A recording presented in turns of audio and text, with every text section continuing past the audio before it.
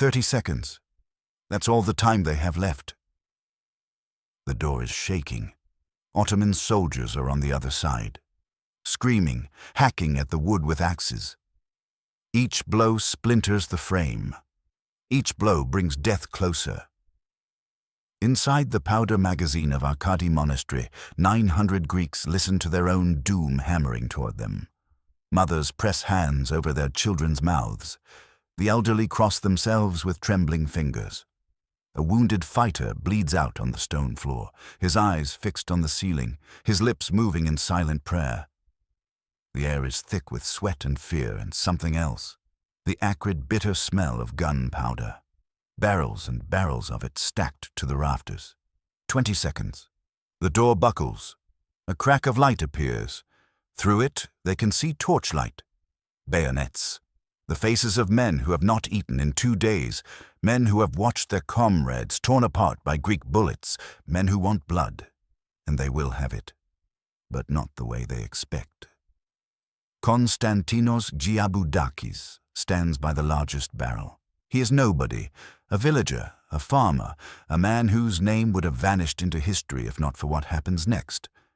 His hands are steady. His torch is lit. He looks at the women, the children, the wounded, the dying. He looks at the door. 10 seconds. This is it. This is the moment. 400 years of Ottoman rule. 40 years of watching their Greek brothers on the mainland live free while Crete remained in chains. 40 years of waiting for a liberation that never came. It ends now. The door explodes inward. Ottoman soldiers pour through. And Konstantinos drops the torch. What happened?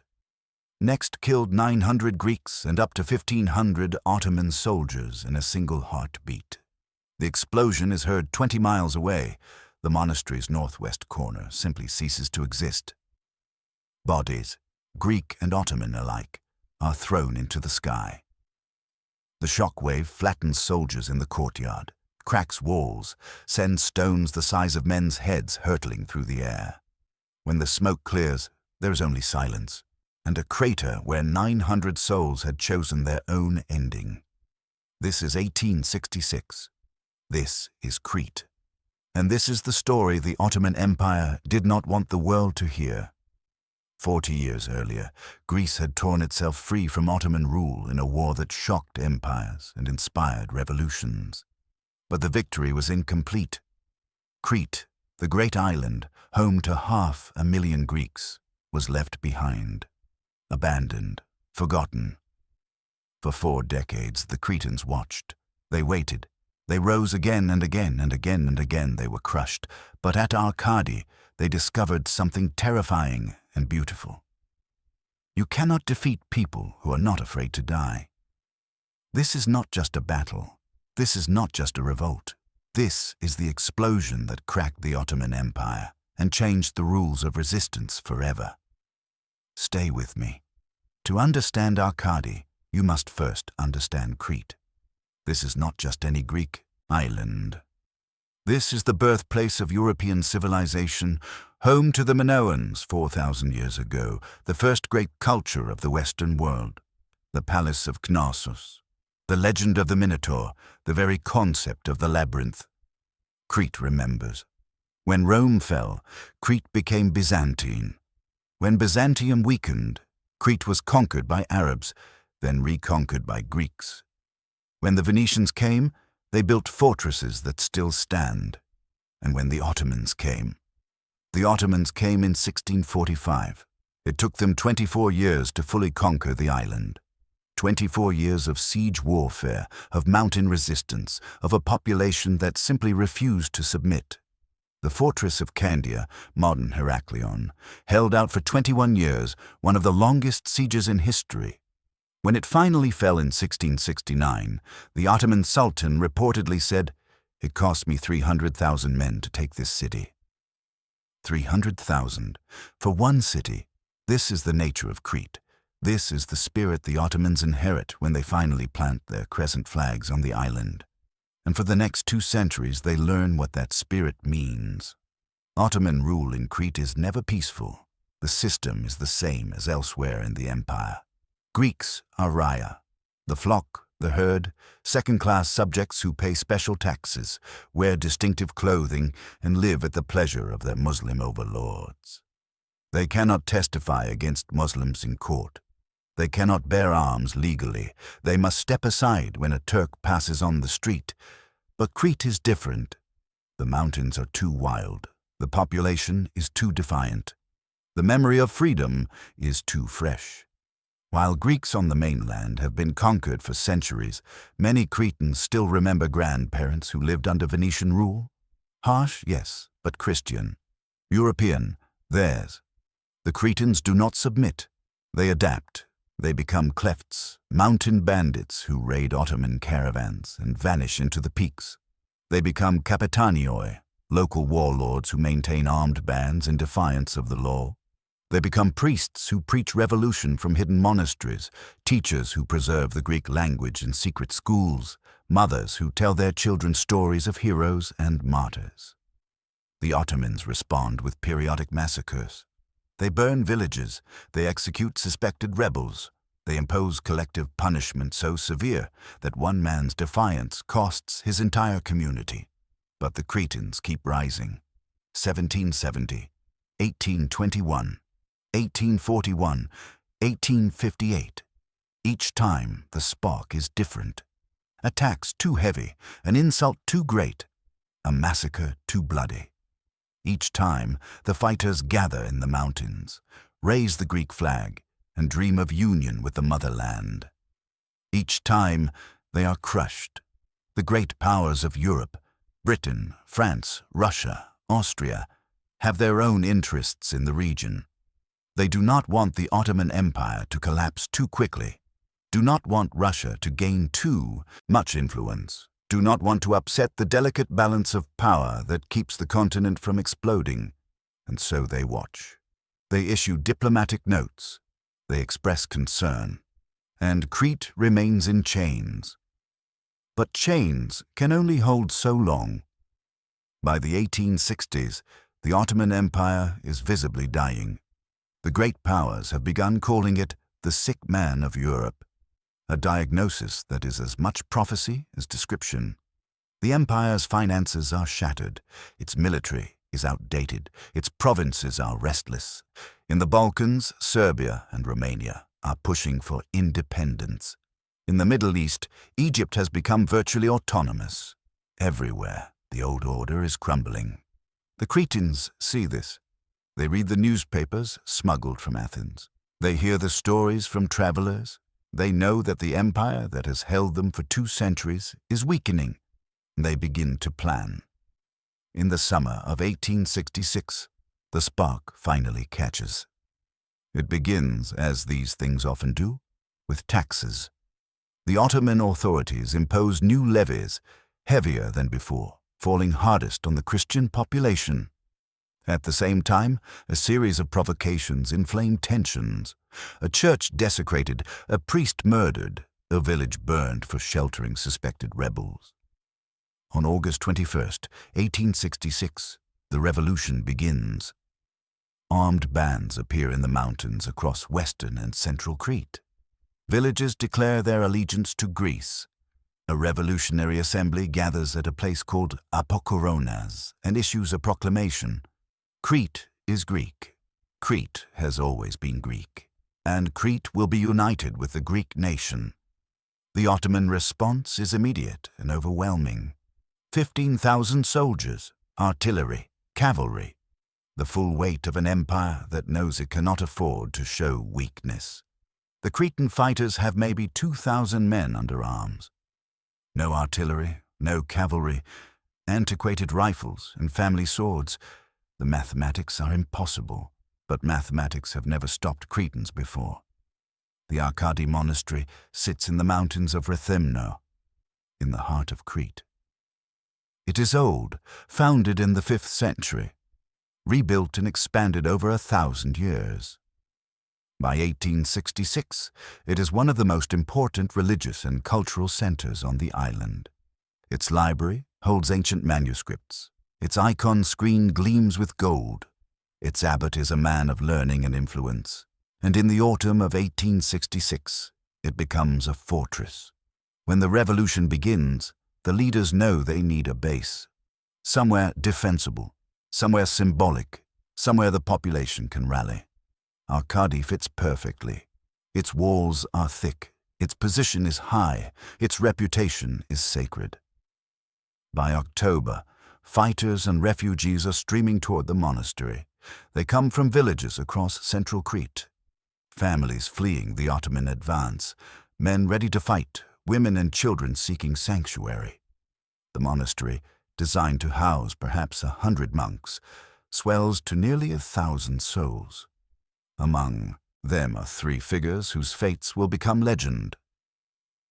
Abbot Gabriel Marinakis. He is the abbot of Arkadi, a monk, a scholar, a man who has devoted his life to prayer and contemplation. He is in his 60s now, white-bearded, with eyes that have seen too much. Gabriel did not seek this war. He is not a fighter by nature. But when the revolution comes, when his monastery becomes the rallying point for an entire province, he accepts the role that history forces upon him. He organizes the defense. He blesses the fighters. He walks among the refugees at night, offering comfort to children who cannot sleep. Some say he knows how this will end from the very beginning. Some say he has accepted it. What is certain is this: when the Ottoman army arrives, when surrender is offered, Gabriel's answer is immediate. We would rather die than submit. He will die in the explosion, his body never recovered, his name inscribed in the martyrology of the Greek Orthodox Church. Heracleia Daskalakis. She is 23 years old, the daughter of a village school teacher. She can read and write, unusual for a woman of her time and place, and she has grown up on stories of the Greek War of Independence, of heroines like Laskarina Bouboulina and Manto Mavrogenis.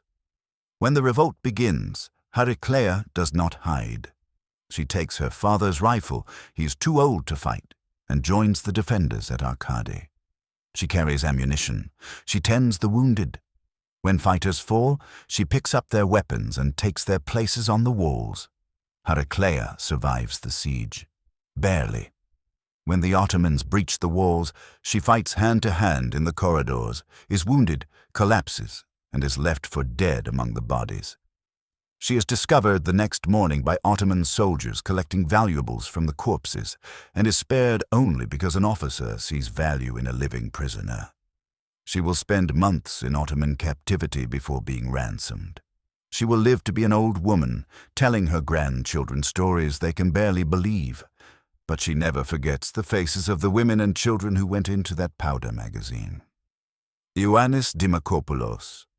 He is 52 years old, a Kapitanios, a mountain chieftain who has been fighting Ottomans since he was a teenager. His face is weathered, his hands are calloused, and there is a scar across his forehead from a Turkish saber in the 1841 revolt. Ioannis commands perhaps 100 fighters, hard men from the mountain villages, men who know every goat path and hidden valley in Crete. They are not regular soldiers.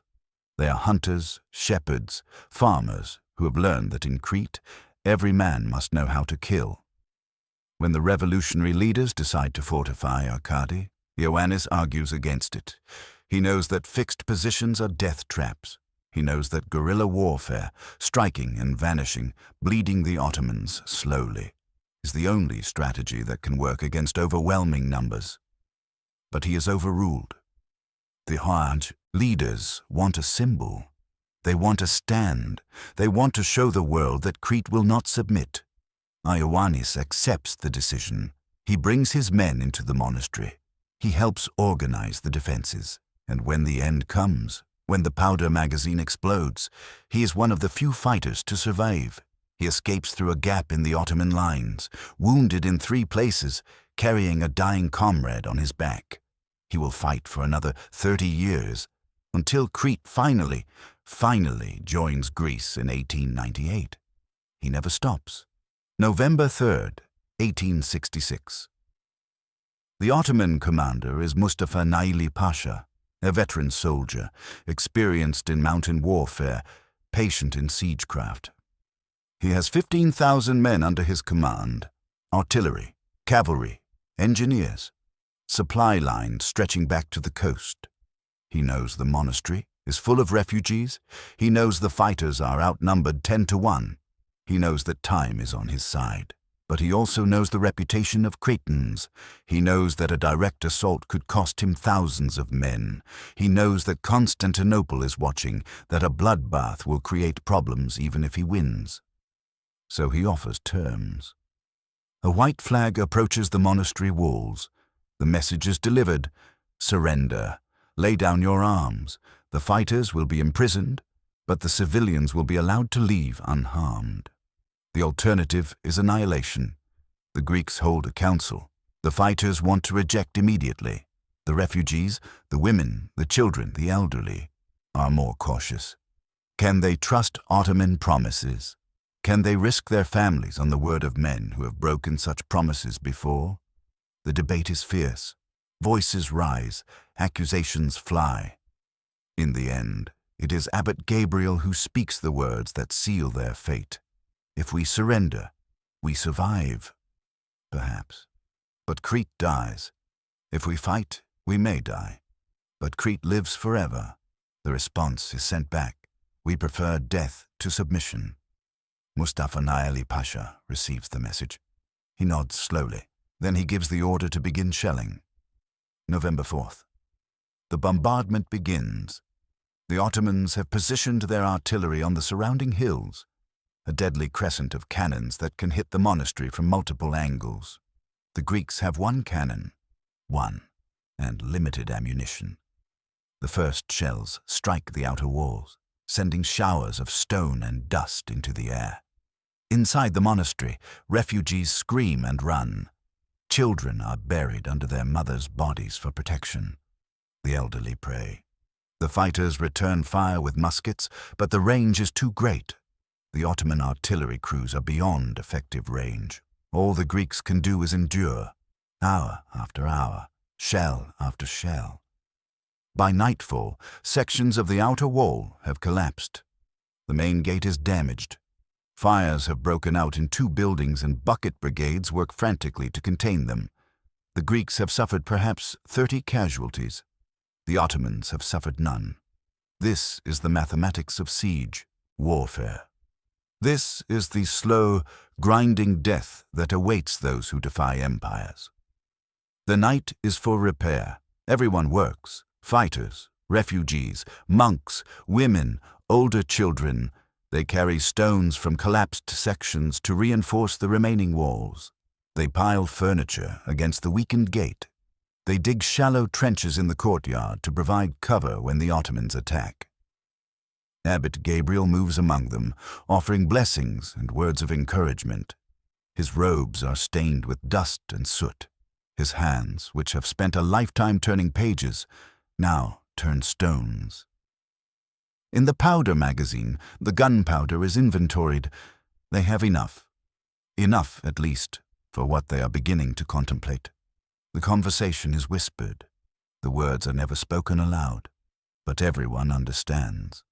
If the walls fall, if the Ottomans pour into the monastery, there is one option left. One final choice.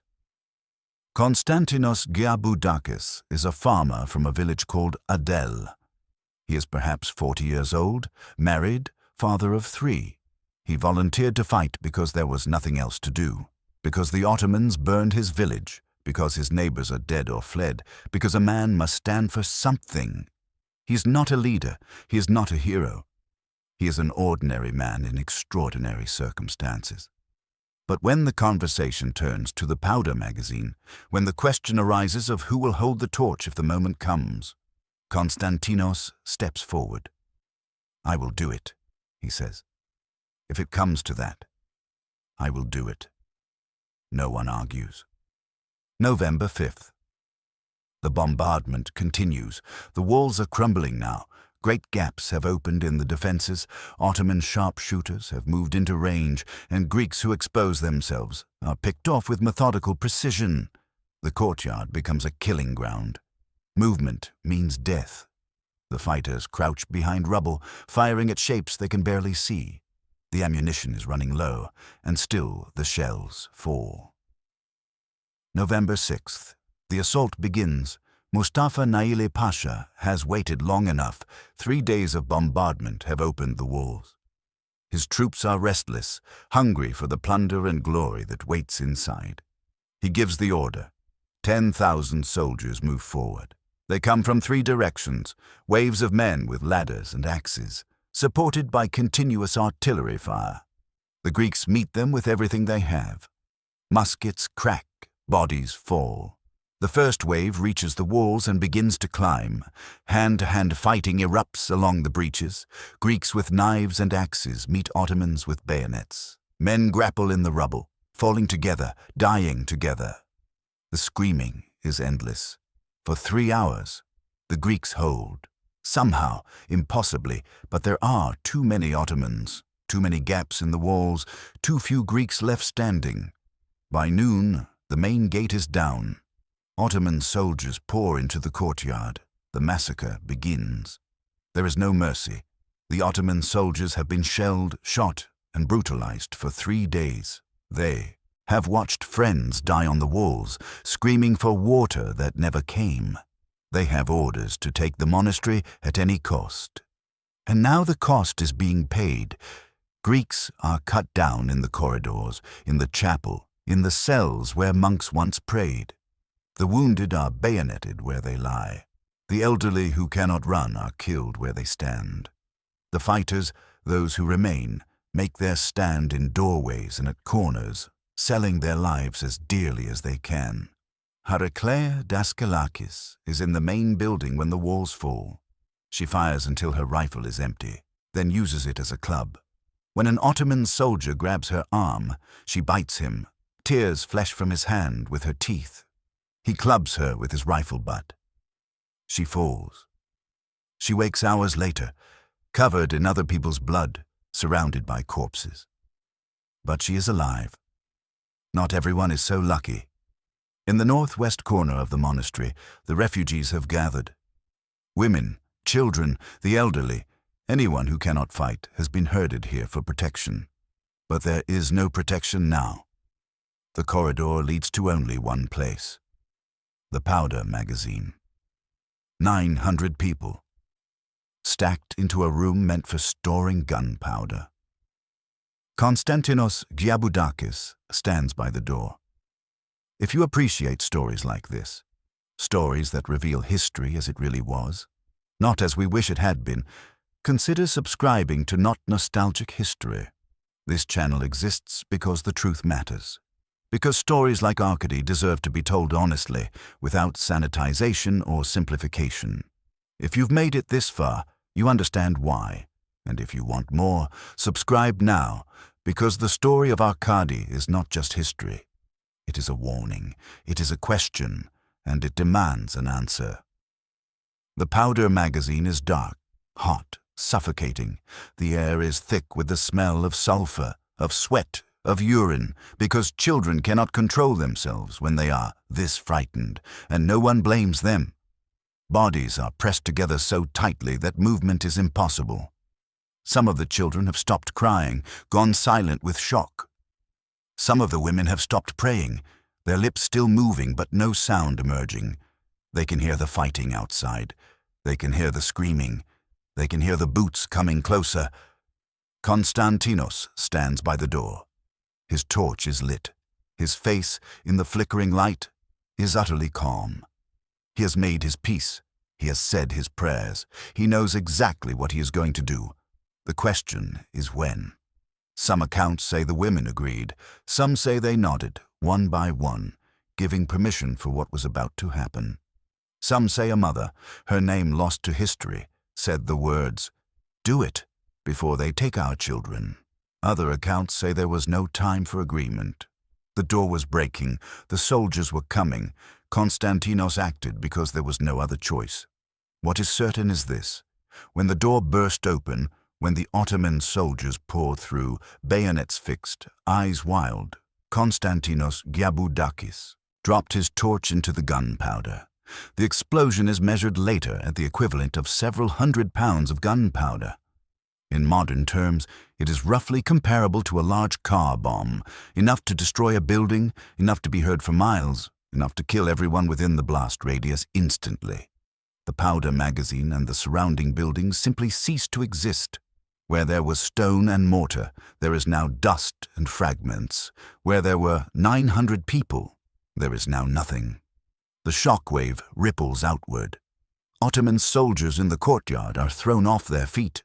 Those closest to the blast are killed instantly, their bodies torn apart by the pressure, their organs liquefied, their existence ended between one heartbeat and the next. Further out, soldiers survive but are deafened, blinded, traumatized. They stumble through the smoke, some screaming, some silent, all trying to comprehend what has just happened. The survivors describe a column of fire rising into the night sky. They describe debris raining down for hundreds of yards, stones, timbers, things that might have been human and were now unrecognizable. They describe the smell. Burned flesh. Sulfur. Something chemical and wrong. Some of the Ottoman soldiers refuse to advance further. They have seen death in battle, but this is something different. This is not death in combat. This is annihilation. This is a people so committed to their refusal that they have become a weapon. When the smoke finally clears, when the fires burn down, when the sun rises on November 9th, the Ottoman commanders survey the damage. The monastery is destroyed. Sections of wall have collapsed entirely. The bodies are everywhere, Greek and Ottoman alike, burned and broken and mixed together in the rubble. Some of the corpses are intact. Most are not. The Ottomans count their dead. The numbers vary by source. 300 say some, 800 say others. 1,500 say the most dramatic accounts. The truth is probably somewhere in between. What is certain is that this victory has cost the empire dearly, and it is only beginning to cost. Within days, the story of Arkadi begins to spread. It starts with the survivors. Greeks who escaped the massacre, who fled through Ottoman lines in the chaos of the explosion, who made their way to the coast and from there to Athens. They carry eyewitness accounts. They carry names. They carry the story of 900 people who chose fire over slavery. The Greek press seizes on the story immediately. Athens newspapers publish special editions. The government issues statements of mourning and outrage. Politicians demand action from the great powers. But it is in Western Europe that the story truly explodes. The newspapers of Paris, London, and Vienna have been covering the Cretan question with mild interest for months. Another revolt in the Ottoman Empire, another request for European intervention, another diplomatic headache. Arkadi changes everything. Here are women and children, not fighters, not revolutionaries, but mothers and grandmothers and infants, choosing death over capture. Here is a monastery, a sacred space, a house of God, transformed into a mass grave. Here is an empire so brutal that its subjects prefer annihilation to submission. The coverage is relentless. Newspapers publish illustrations of the explosion, dramatized, exaggerated, but effective. They publish lists of the dead. They publish testimonies from survivors. They publish editorials demanding action. In France, the poet Victor Hugo writes of Arkadi. In England, Charles Dickens expresses horror. In Italy, Giuseppe Garibaldi, the hero of Italian unification, publicly declares his support for the Cretan cause. The Ottoman Empire tries to suppress the story. They publish their own accounts, emphasizing the rebels' violence, downplaying civilian casualties, denying that women and children chose death voluntarily. They claim the explosion was an accident. They claim the Greeks were terrorists. No one believes them. Because the Ottoman Empire has a reputation. 400 years of occupation, massacres at Chios in 1822, suppressions and atrocities across the Balkans. The world may have looked away before, but now they have a story they cannot ignore. 900 Greeks, choosing fire It is the kind of story that changes public opinion. It is the kind of story that forces politicians to act. The pressure on the Ottoman Empire becomes enormous. Russia, which has always seen itself as the protector of Orthodox Christians, demands concessions. France expresses grave concern. Even Britain, traditionally the empire's ally, committed to preventing Russian expansion, begins to waver. The Sultan, Abdulaziz, is furious. He has crushed the revolt. He has won the battle. Why is he being treated like the villain? But he is learning a lesson that empires always learn, too late. In the modern world, victory is not enough. You must also control the narrative, and the narrative of Arkadi belongs to the dead. In 1867, under intense international pressure, the Ottoman government agrees to reforms. The Organic Law of Crete grants the island limited autonomy, a local assembly, reduced taxes, greater freedom of religion. It is not independence, it is not union with Greece. But it is something. It is an admission that the old way of ruling cannot continue. The Cretan leaders accept the reforms grudgingly. They know it is not enough. They know the fight is not over, but they also know something else. They know that Arkadi has changed everything, because now the world is watching. The story of Crete does not end at Arkadi. It cannot. The reforms of 1867 are implemented slowly, grudgingly, imperfectly. The Ottoman governors are corrupt. The autonomy is limited. The Greek majority remains second-class citizens in their own land. And so the Cretans keep fighting. 1878. Another revolt, another suppression, another round of diplomatic pressure. 1889. Another uprising, another massacre, another wave of international condemnation. 1897. The Cretan Revolt becomes an international crisis. Greece, now a fully independent nation with a growing military, intervenes directly. Greek troops land on Crete. The Ottoman Empire declares war. The war is a disaster for Greece. The Ottoman army, modernized with German help, crushes Greek forces on the mainland. Athens itself is threatened, but the great powers intervene. They have learned, after Arkadi and a dozen other atrocities, that Ottoman rule over Christian populations is no longer sustainable. They cannot let Greece be destroyed, but they also cannot let the crisis continue. In 1898, the powers impose a solution. Crete becomes an autonomous state, nominally under Ottoman suzerainty but effectively independent.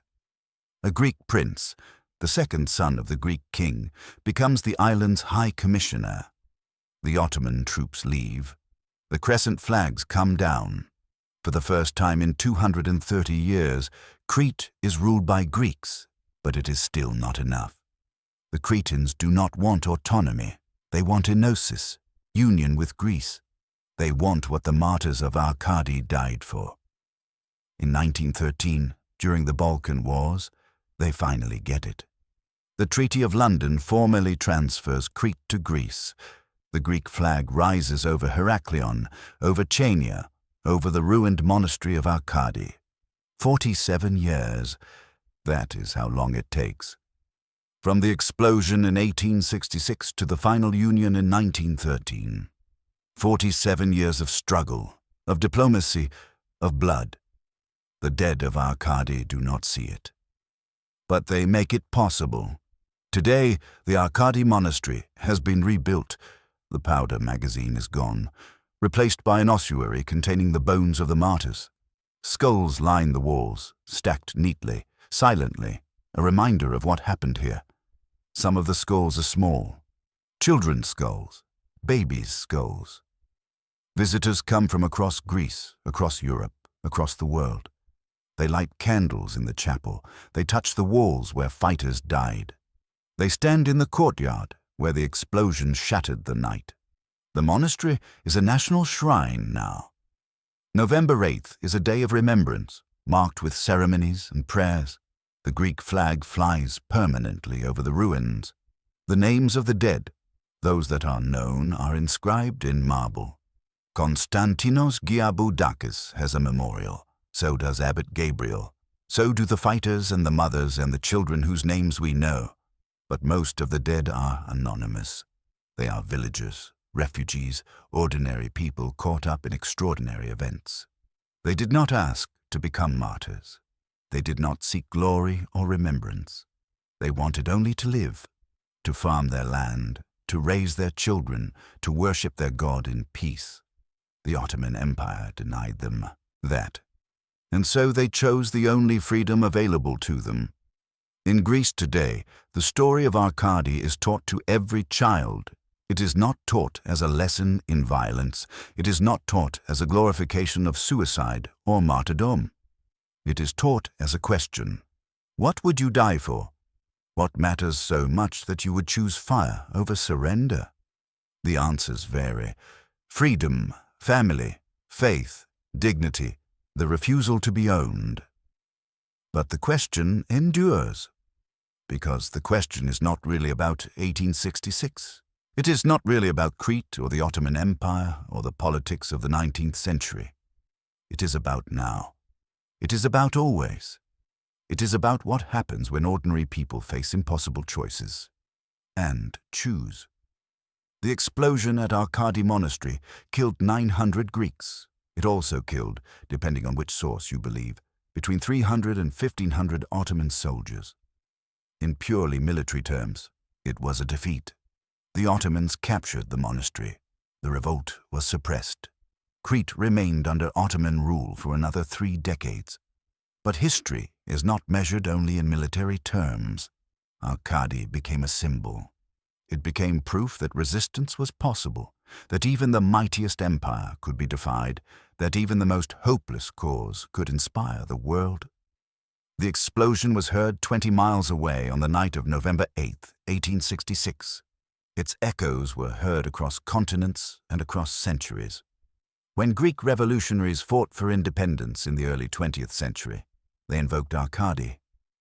When Cretans resisted Nazi occupation during World War II, fighting with the same ferocity their ancestors had shown, dying in the same mountains, they remembered Arkadi.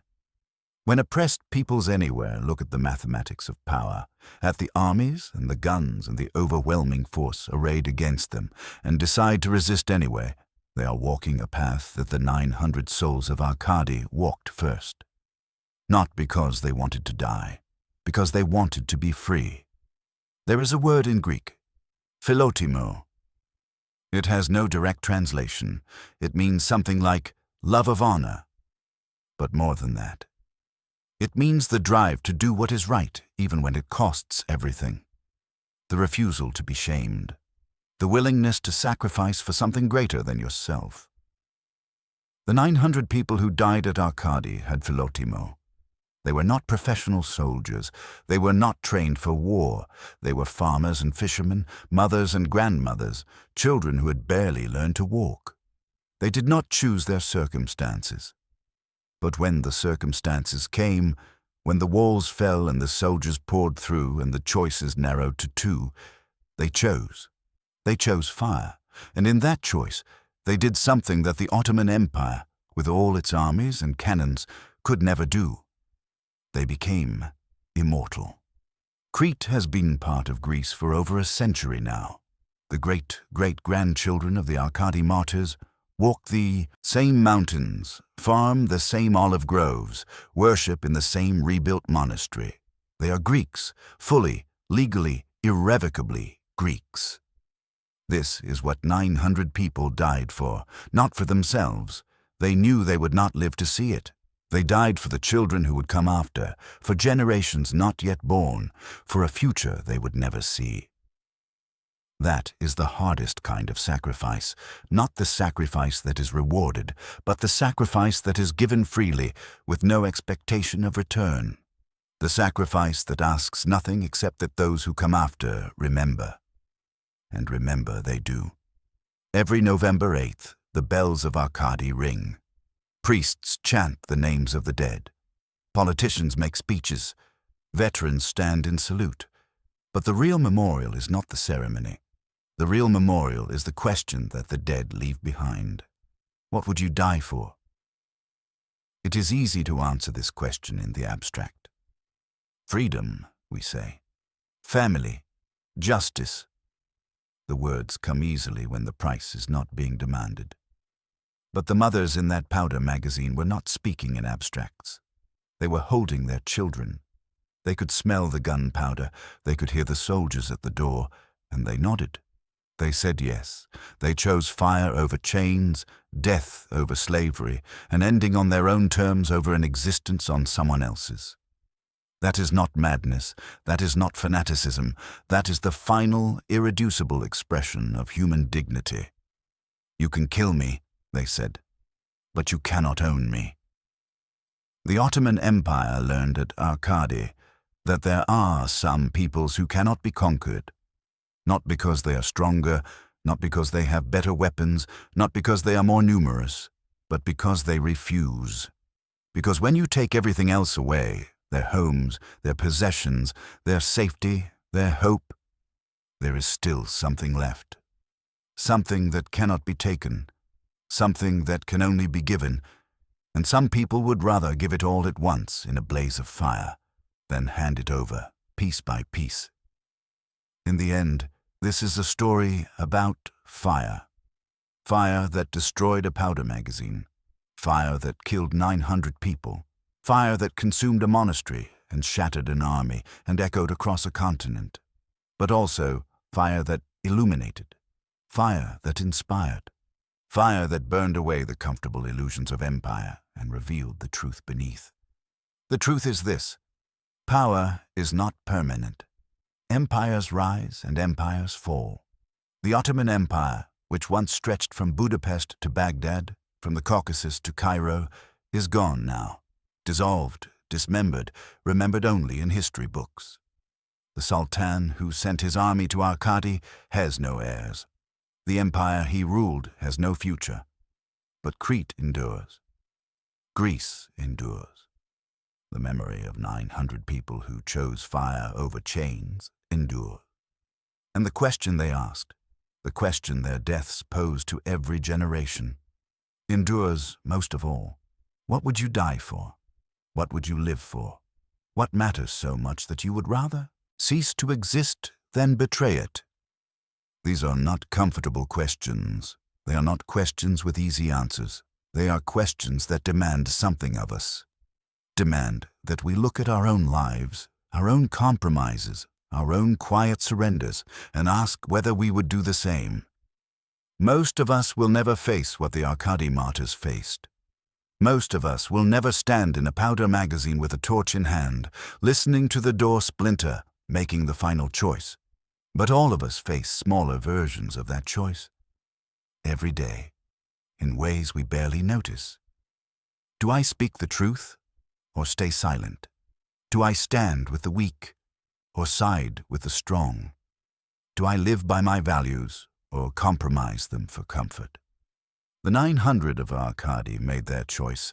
The torch fell, and in the fire that followed, they left us an answer. Some flames go out, some flames burn forever. If you appreciated this story, if you believe that history deserves to be told with honesty, with humanity, with respect for those who lived and died, please support this channel.